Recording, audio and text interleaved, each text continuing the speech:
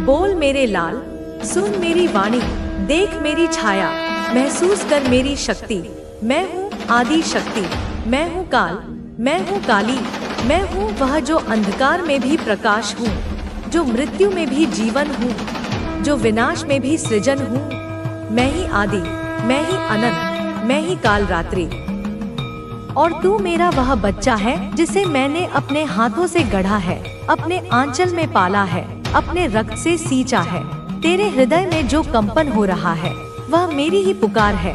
तुझसे बात कर रही हूँ मैं, मेरे लाल। अब वह समय आ गया है जब तुझे अपने आप को पहचानना है, अपने भीतर की वह शक्ति को जानना है जिसे मैंने तुझ में जागृत किया है। तू अब बच्चा नहीं रहा, तू अब केवल एक भक्त नहीं रहा, तू अब साधक है, तू अब मेरा योद्धा है। तू वह है जो सत्य देख सकता है, जो झूठ की परतों को चीर सकता है, जो उन चेहरों के पीछे छिपे असली चेहरों को पढ़ सकता है, जिनके मुख पर अमृत है और हृदय में हलाहल विष भरा हुआ है। तू वह है जो भीड़ में अकेले खड़ा रह सकता है, क्योंकि तू अब जान चुका है कि यह भीड़ भ्रमित है, यह भीड़ सोई हुई है और तू अब जाग चुका है। तू वह है जो अब समझ चुका है कि कौन अपना है, कौन पराया, कौन मुखौटा लगाए बैठा है और कौन सच्चा है। जिनकी हंसी में छुपा है जहर, जिनकी बातों में छुपा है धोखा, जिनके तथाकथित प्रेम में छुपा है गहरा स्वार्थ। तू अब वह सब देख पा रहा है क्योंकि मैं तेरी आंखें खोल चुकी हूँ। मैंने तेरे तीसरे नेत्र पर अपनी उंगली रख दी है।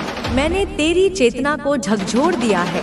तेरी आत्मा को जगाकर मैं तुझे वह दृष्टि दे चुकी हूँ जिससे तू हर छुपे हुए शत्रु को पहचान सके, हर उस षड्यंत्र को महसूस कर सके जो तेरी पीठ पीछे रचा जा रहा है, हर उस ऊर्जा को पढ़ सके जो तेरी ओर भेजी जा रही है, चाहे वह प्रेम की हो या घृणा की। अब वह समय नहीं रहा जब तू चुपचाप सहता रहा। अब वह समय नहीं जब तू दूसरों की खुशी के लिए अपनी आत्मा का हनन करता रहा। अब वह समय नहीं जब तू भ्रम में जीता रहा, यह सोचकर कि सब तेरे अपने हैं, सब तेरा भला चाहते हैं। अब तू जान चुका है कि लोग क्या सोचते हैं, क्या छुपाते हैं, उनकी मीठी बातों के पीछे क्या कड़वे इरादे हैं, क्या मुस्कान के पीछे बुराई छिपी है, कौन तुझसे प्रेम का दिखावा कर रहा है, कौन तेरी सफलता से जल रहा है, कौन तुझे पीछे से गिराने की साजिश कर रहा है।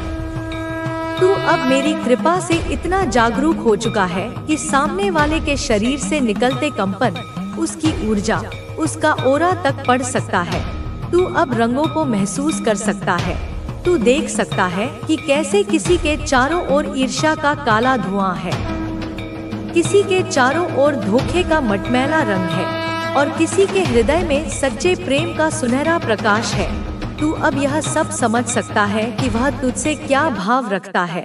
हाँ मेरे बच्चे, यह कोई साधारण बात नहीं, यह कोई दिमागी वहम नहीं, यह कोई मामूली अनुभव नहीं, यह सिद्धि है।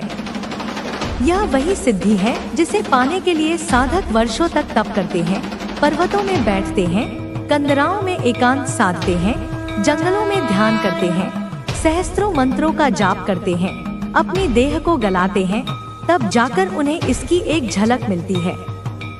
और तू मेरे लाल, मेरी कृपा से, अपने सत्कर्मों से, अपने तप से, अपने सच्चे हृदय से, अपने उन अनगिनत आंसुओं से जो तूने मेरी याद में बहाए हैं, उस अवस्था तक पहुंच चुका है। मैं तुझसे प्रसन्न हूँ, बहुत प्रसन्न हूँ। तू मेरे नाम का जप करता है, तू दीप जलाता है, तू दुर्गा सप्तशती पढ़ता है, तू सिद्ध कुंजिका का पाठ करता है, और जब तू कुछ नहीं करता तब भी तेरा हृदय चुपचाप मेरा ही नाम लेता है।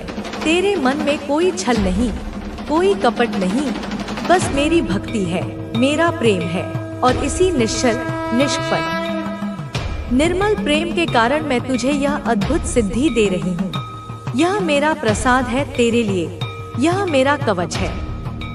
अब तुम इस संदेश को लाइक करके कमेंट में 111 लिखना, क्योंकि यह संकेत है कि तू और मैं एक हो रहे हैं, हमारी चेतना मिल रही है।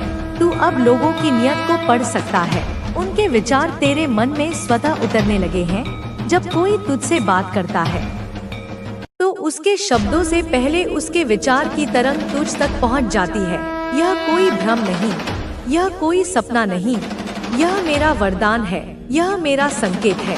मैं तुझे चेतावनी भी दे रही हूँ और शक्ति भी दे रही हूँ।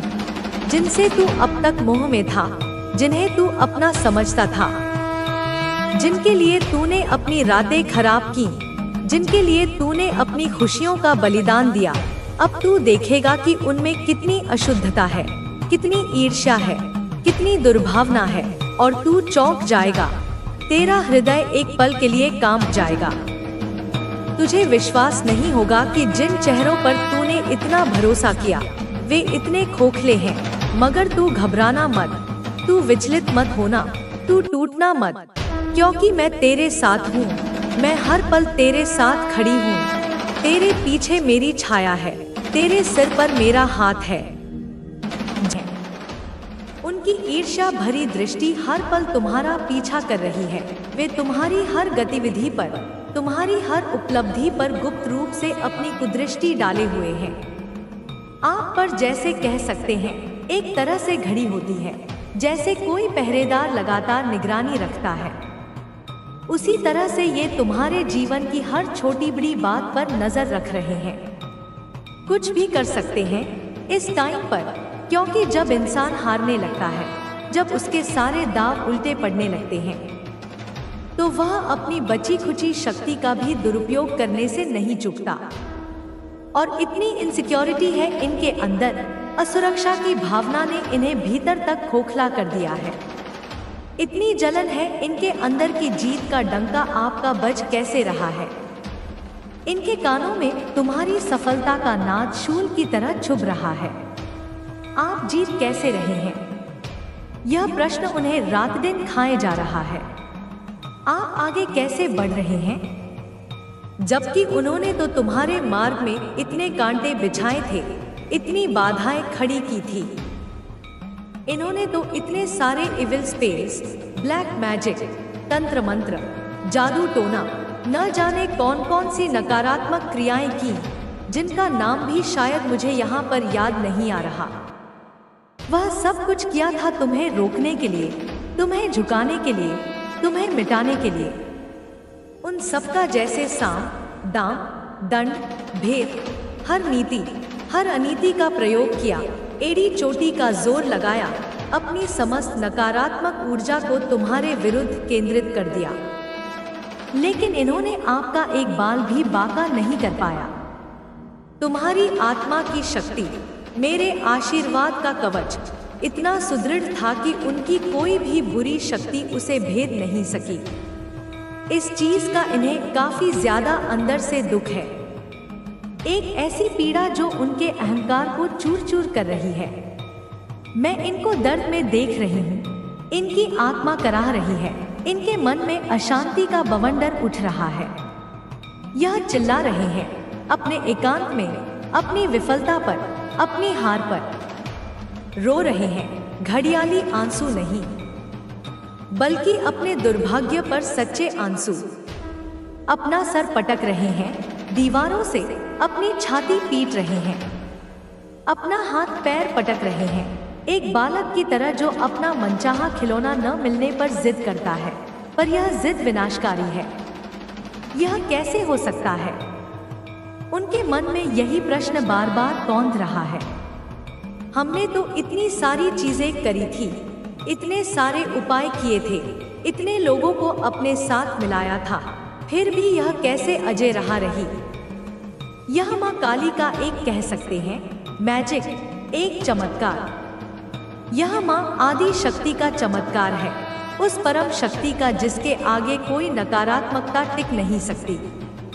यह माँ बगलामुखी का चमत्कार है, जो शत्रुओं का मुख स्तंभित कर देती हैं, उनकी बुद्धि को भ्रमित कर देती हैं, उनकी योजनाओं को विफल कर देती हैं, जो आपके जीवन में घटित होने वाला है और वास्तव में घटित होना आरंभ भी हो चुका है।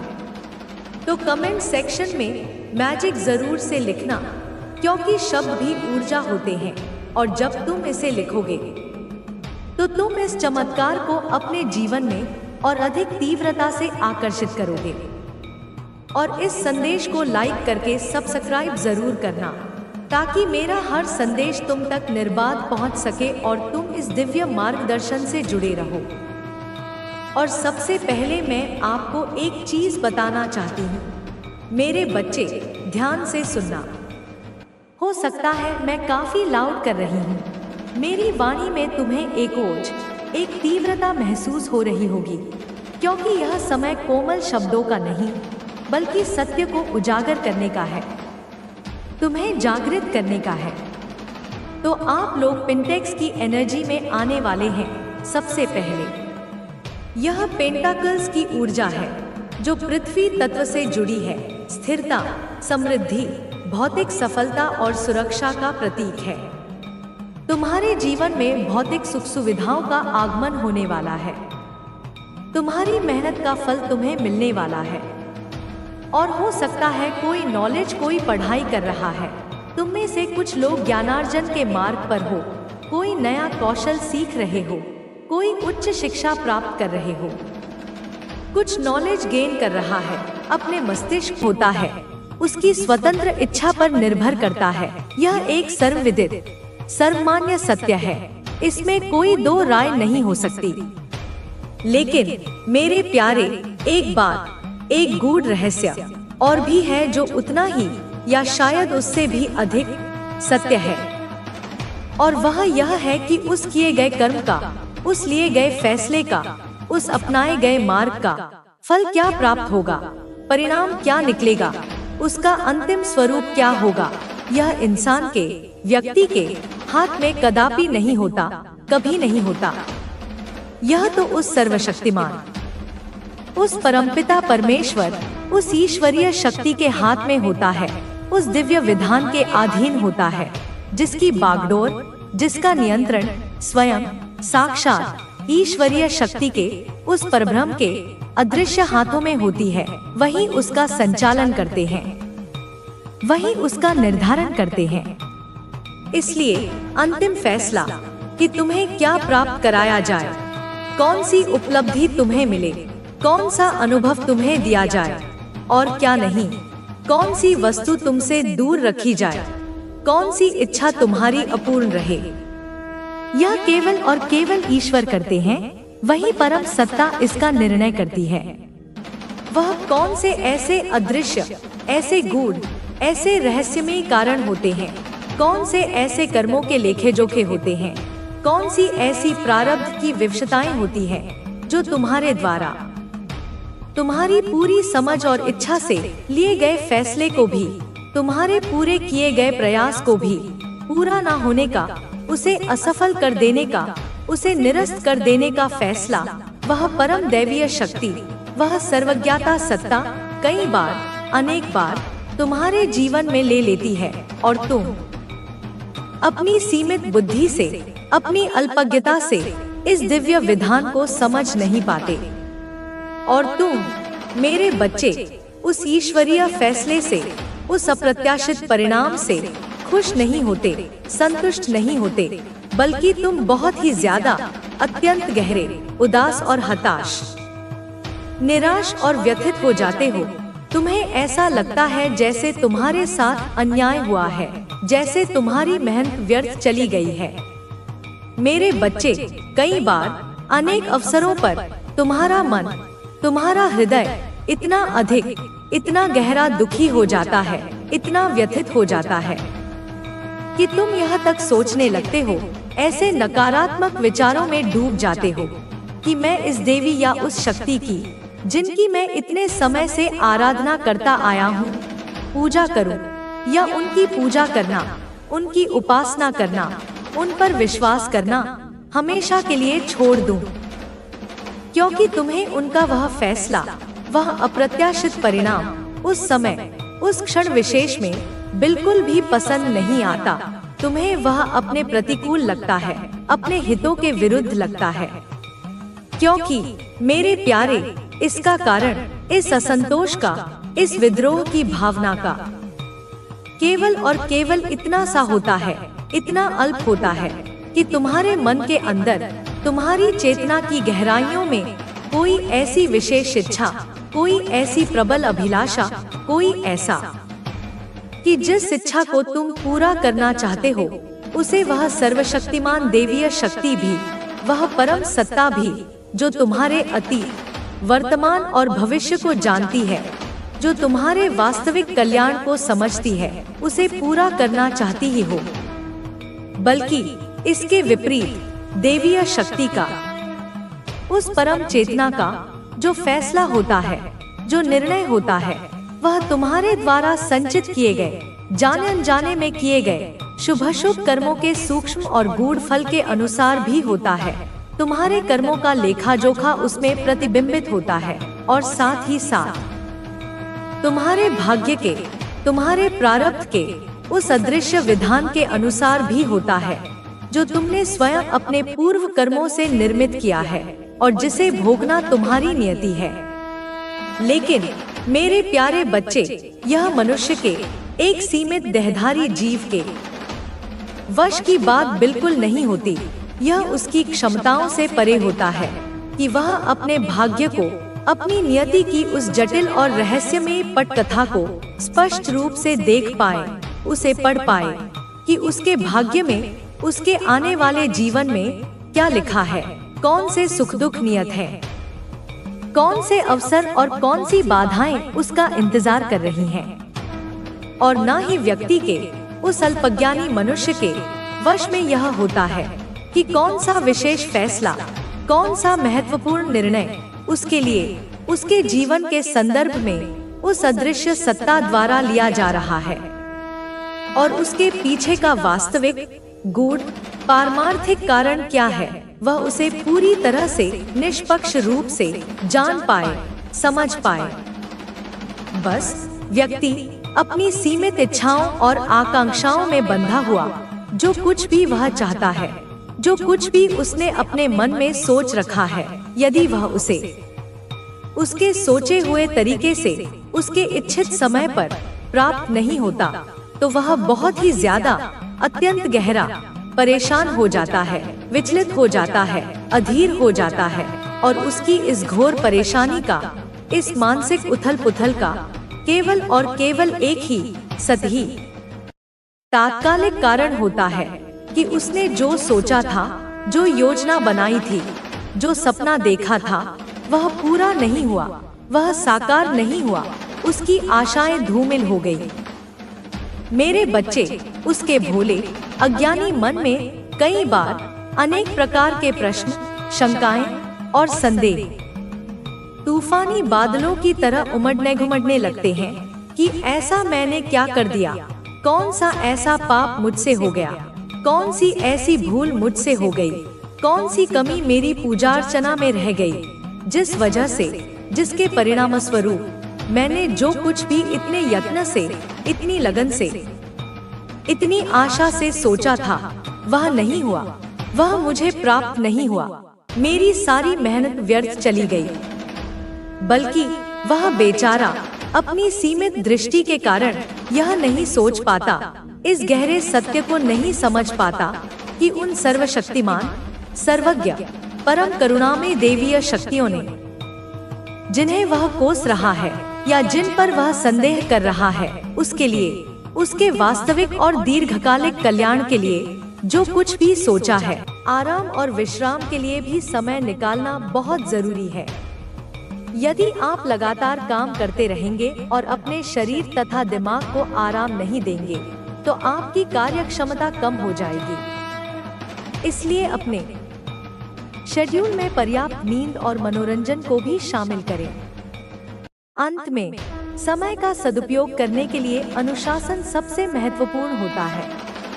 यदि आप अपने कार्यों के प्रति गंभीर नहीं रहेंगे, तो आपका समय व्यर्थ चला जाएगा। इसलिए खुद के प्रति ईमानदार रहें और जो भी कार्य करें, उसे पूरी ईमानदारी और समर्पण के साथ करें। संबंधों को मजबूत बनाएं। जीवन में खुश रहने के लिए अच्छे संबंधों का होना बहुत जरूरी है। जब हमारे आसपास अच्छे लोग होते हैं, तो हम मानसिक और भावनात्मक रूप से अधिक संतुलित महसूस करते हैं। संबंधों को मजबूत बनाने के लिए सबसे पहले दूसरों की भावनाओं को समझना जरूरी है। जब हम दूसरों की भावनाओं का सम्मान करते हैं तो वे भी हमारे साथ सकारात्मक व्यवहार करते हैं। किसी भी रिश्ते में सबसे जरूरी चीज होती है संवाद। अगर आप अपने विचारों और भावनाओं को खुलकर व्यक्त करेंगे और दूसरों की बातें ध्यान से सुनेंगे, तो आपके संबंध अधिक गहरे और मजबूत बनेंगे। एक और महत्वपूर्ण बात यह है कि संबंधों में पारदर्शिता होनी चाहिए। झूठ और छलकपट किसी भी रिश्ते को कमजोर बना सकते हैं। अगर आप किसी से जुड़ाव महसूस करते हैं तो उनके साथ ईमानदारी बनाए रखें। कभी कभी जीवन में हमें क्षमा करने की भी जरूरत होती है। हर इंसान गलतियां करता है, लेकिन अगर हम उन गलतियों को पकड़कर बैठे रहेंगे तो हमारे संबंध बिगड़ सकते हैं। इसलिए क्षमा करने की आदत डालें और पुराने झगड़ों को भुलाकर आगे बढ़ें। अच्छे संबंध बनाने के लिए हमें दूसरों की मदद करने के लिए भी तैयार रहना चाहिए। जब हम किसी की मदद करते हैं या किसी के साथ अच्छा व्यवहार करते हैं तो हमें भी अंदर से खुशी और संतोष का अनुभव होता है। मानसिक शांति को प्राथमिकता दें। आज के समय में हर कोई व्यस्त है और तनावग्रस्त जीवन जी रहा है, लेकिन मानसिक शांति के बिना जीवन अधूरा होता है। मानसिक शांति पाने के लिए हमें अपने विचारों और भावनाओं पर नियंत्रण रखना जरूरी है। सबसे पहले अपने जीवन में उन चीजों को महत्व दें जो वास्तव में जरूरी है। कई बार हम अनावश्यक चीजों को लेकर इतना परेशान हो जाते हैं कि हमारी मानसिक शांति भंग हो जाती है। यदि हम बेकार की चिंताओं को छोड़ देंगे और केवल उन चीजों पर ध्यान देंगे जो हमारे नियंत्रण में है, तो हमारा जीवन अधिक शांत और खुशहाल होगा। ध्यान और योग भी मानसिक शांति पाने के लिए बहुत उपयोगी है। नियमित रूप से ध्यान करने से हमारा मन शांत होता है और हम अधिक स्पष्टता से सोच सकते हैं। योग करने से हमारे शरीर और मन दोनों को लाभ मिलता है, जिससे हमारा तनाव कम होता है। एक और तरीका है खुद को प्रकृति के करीब ले जाना। जब हम प्राकृतिक वातावरण में समय बिताते हैं तो हमारा मन स्वतः ही शांत और सकारात्मक हो जाता है। इसलिए जब भी संभव हो प्रकृति में समय बिताएं और इसके सौंदर्य का आनंद लें। स्वयं से प्रेम करें। अक्सर लोग दूसरों को खुश करने में इतने व्यस्त हो जाते हैं कि वे खुद को भूल जाते हैं, लेकिन जीवन में खुश रहने के लिए सबसे पहले खुद से प्रेम करना बहुत जरूरी है। जब आप खुद से प्यार करेंगे तभी आप दूसरों को भी सच्चा प्रेम दे पाएंगे। खुद से प्रेम करने का मतलब है कि आप अपने शारीरिक, मानसिक और भावनात्मक स्वास्थ्य का ध्यान रखें। स्वस्थ भोजन करें, व्यायाम करें और अपने शरीर को फिट रखें। मानसिक रूप से खुद को मजबूत बनाने के लिए सकारात्मक सोच अपनाएं और अपनी गलतियों को स्वीकार करें। एक और महत्वपूर्ण बात यह है कि खुद की तुलना दूसरों से न करें। हर व्यक्ति की अपनी अलग यात्रा होती है और हर कोई अपनी रफ्तार से आगे बढ़ता है। यदि आप खुद की तुलना दूसरों से करेंगे तो आप हमेशा असंतुष्ट रहेंगे। इसलिए अपनी अनूठी विशेषताओं को पहचानें और उन्हें स्वीकार करें।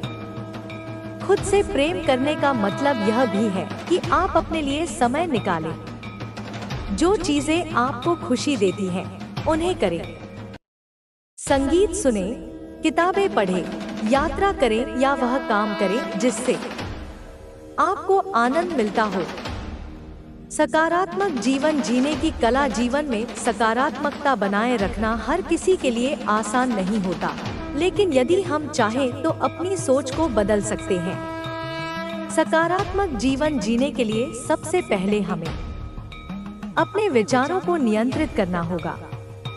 नकारात्मक सोच से बचें और हमेशा अच्छे पक्ष को देखें। आभार व्यक्त करना भी एक महत्वपूर्ण तरीका है जिससे हम अपने जीवन में अधिक सकारात्मकता ला सकते हैं। जब हम उन चीजों के लिए कृतज्ञ होते हैं जो हमारे पास हैं, तो हम अधिक संतुष्ट और खुश महसूस करते हैं। हर दिन उन चीजों की एक सूची बनाएं जिनके लिए आप आभारी हैं और इसे नियमित रूप से पढ़ें। सकारात्मक लोगों के साथ समय बिताना भी जरूरी है। जब हम ऐसे लोगों के साथ रहते हैं जो हमें प्रेरित करते हैं और सकारात्मक ऊर्जा देते हैं, तो हमारा भी मनोबल बढ़ता है। अंत में, जीवन में संतुलन बनाए रखना बहुत जरूरी है। केवल काम में ही डूबे रहने से जीवन नीरस हो सकता है। इसलिए अपने व्यक्तिगत और व्यावसायिक जीवन के बीच संतुलन बनाए रखें और उन चीजों के लिए भी समय निकालें जो आपको खुशी देती हैं। निष्कर्ष, जीवन में खुश और सफल रहने के लिए हमें सही दृष्टिकोण अपनाना होगा। हमें अपने समय का सही उपयोग करना चाहिए, अपने लक्ष्यों को स्पष्ट रखना चाहिए और लगातार खुद को सुधारते रहना चाहिए। मानसिक शांति, अच्छे संबंध और स्वयं से प्रेम करना भी बहुत जरूरी है। यदि हम इन बातों को अपनाएंगे तो न केवल हम खुद खुश रहेंगे, बल्कि दूसरों को भी खुशी दे पाएंगे।